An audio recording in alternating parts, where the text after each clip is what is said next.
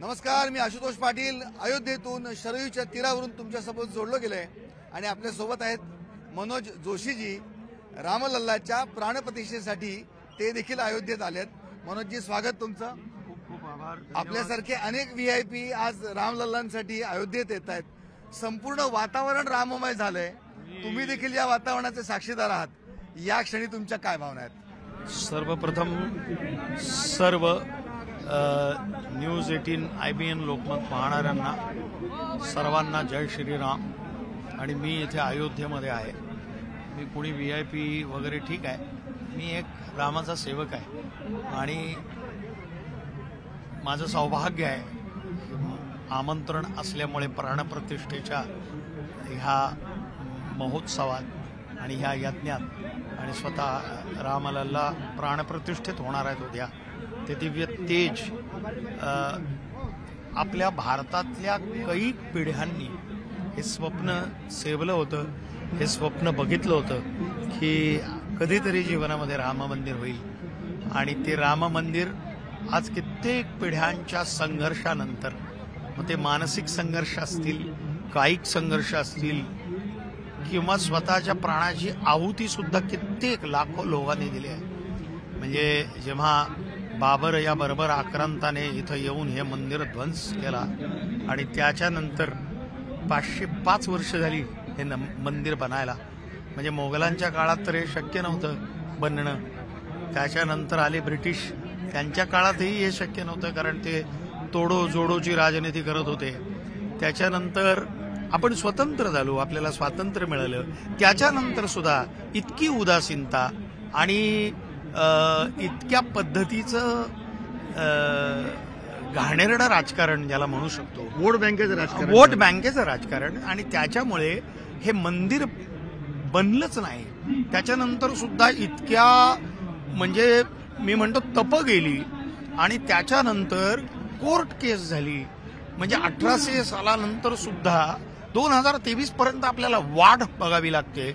आणि तोपर्यंत भारतीय समाज हा खरंच चूप होता. आपण सहिष्णू आहोत, त्याचंच मूर्तिमंत उदाहरण आहे हे.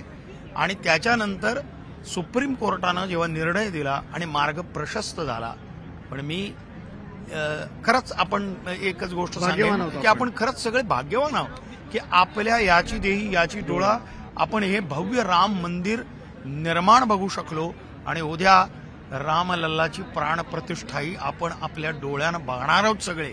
भले आम्ही इथं प्रत्यक्ष आहोत सगळे आणि तुम्ही तिकडे हे, कारण याचं प्रसारण विश्वभरामध्ये होणार आहे आणि तुम्ही सगळे सुद्धा ते स्वतःच्या डोळ्यांनी बघणार आहात उद्या. म्हणजे मी म्हणेन की भारतातल्या सगळ्या उत्सवांचं सगळे महोत्सव साजरे होणार आहे. गेल्या शतकात झाला नाही असा महोत्सव इकडे होणार आहे. इतक्या 1 शतक नाही, 5 शतकं गेली साहेब. त्याच्यानंतर हा महोत्सव आपण साजरा करणार आहोत. जर प्रत्येकाने त्या प्रतिष्ठेच्या वेळेला प्राणप्रतिष्ठा होणार आहे त्यावेळेला प्रत्येकानं घरी दिवे लावा, अगदी त्यावेळेला रोषणाई करा आणि आनंदानं हे रामराज्याची सुरुवात झाली असं म्हणायला खरंच हरकत नाही असं मी म्हणतो. कारण इतकं भव्य वातावरण आहे. आणि मी तुम्हाला एक गोष्ट सांगतो, हे फक्त म्हणजे असं होतं की भक्ती करणारे फक्त वृद्धच असतात. मी आत्ता अयोध्येमध्ये बघतोय 25, 30, 35 वर्षाचे तरुण, म्हणजे सगळीकडे तुम्हाला इतकं भव्य आणि दिव्य वातावरण दिसेल. आणि मला असं वाटतंय की भारताच्या कोपऱ्या कोपऱ्यामध्ये हे वातावरण आहे. आणि हे फक्त आपलं सौभाग्य आहे, आपल्या सगळ्या ह्या पिढीच्या आपण जे आहोत आता त्या पिढीचं सौभाग्य आहे. पण ते आपण विसरता कामा नये की आपल्या पूर्वजांनी हे सगळं कष्ट सगळे सोसलेत म्हणून आपण हे आज दिव्य स्वप्न बघू शकतो. आणि त्याच्यासाठी एक गोष्ट मी सांगतो की आपले आदरणीय प्रधानमंत्री माननीय नरेंद्र मोदीजी यांनी हे नेतृत्व आपल्याला लाभलंय आणि त्याच्यामुळे म्हणजे ते सुद्धा एक मुख्य निमित्त आहेत या गोष्टीचे. आणि मला एक खरंच आश्चर्य वाटतंय की गेले 11 दिवस ते स्वतः सगळीकडे म्हणजे आज रामेश्वरमध्ये त्यांची सगळ्यांनी क्लिपही बघितली असेल. समुद्रामध्ये रामसेतूच्या त्या रामेश्वराच्या समुद्रामध्ये स्नान करून सगळे तिकडे कूप आहेत त्यांचे स्नान करून असा प्रधानमंत्री आपण कित्येक वर्षात नाही पाहिला. कित्येक वर्षात नाही पाहिला.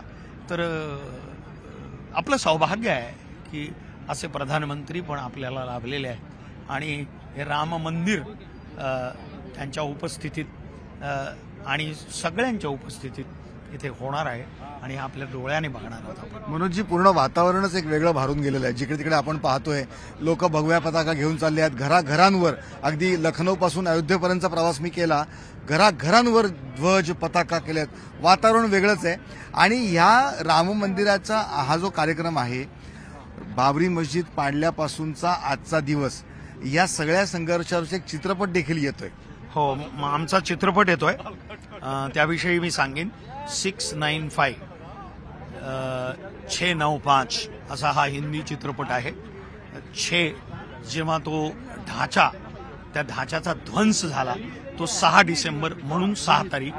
9 नोव्हेंबर म्हणजे ज्या दिवशी माननीय सुप्रीम कोर्टानं निर्णय दिला, आदेश दिला की इथे राम मंदिर बनण्यासाठीचा मार्ग प्रशस्त झाला, त्या दिवशी म्हणजे 9 नोव्हेंबर म्हणून ती 9 तारीख. 6, 9 आणि 5 म्हणजे 5 ऑगस्ट, ज्या दिवशी भूमिपूजन झालं, त्या दिवशी प्रधानमंत्री स्वतः होते आणि त्या दिवशी भूमिपूजन झालं, म्हणून 695 हा शुभांक आहे.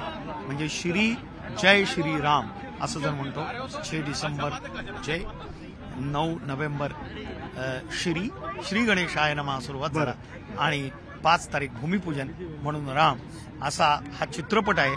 आणि या चित्रपटामध्ये 505 वर्षाची जी संघर्ष गाथा आहे राम मंदिर बनण्यासाठीची, आणि कित्येक पिढ्या याच्यामध्ये ज्या गेल्या आपल्या, ज्यांनी स्वतःच्या प्राणांची आहुती दिली या यज्ञामध्ये, असं, आणि त्या सगळ्यांची ही संघर्ष गाथा आहे, त्यावर हा चित्रपट आहे.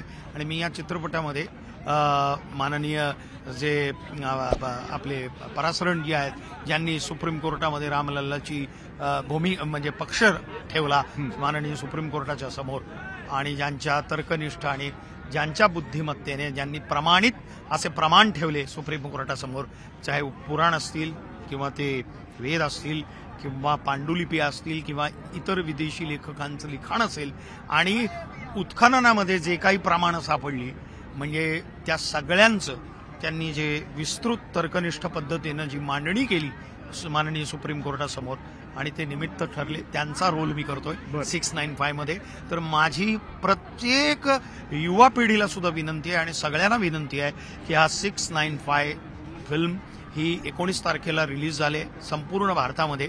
तुम्ही मित्र परिवारांसोबत ही फिल्म बघा, तुम्ही स्वतः बघा, आप्तांना पण सांगा, मित्रपरिवारांना पण सांगा, आणि ही फिल्म अवश्य बघा. यामध्ये सगळी संघर्ष गाथा आपल्याला पाहायला मिळेल. जय श्रीराम. जय श्रीराम. आमच्याशी मनमोकळ्या गप्पा मारल्या त्याबद्दल धन्यवाद.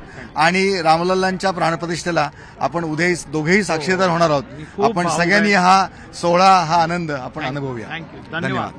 जय श्रीराम. जय श्रीराम.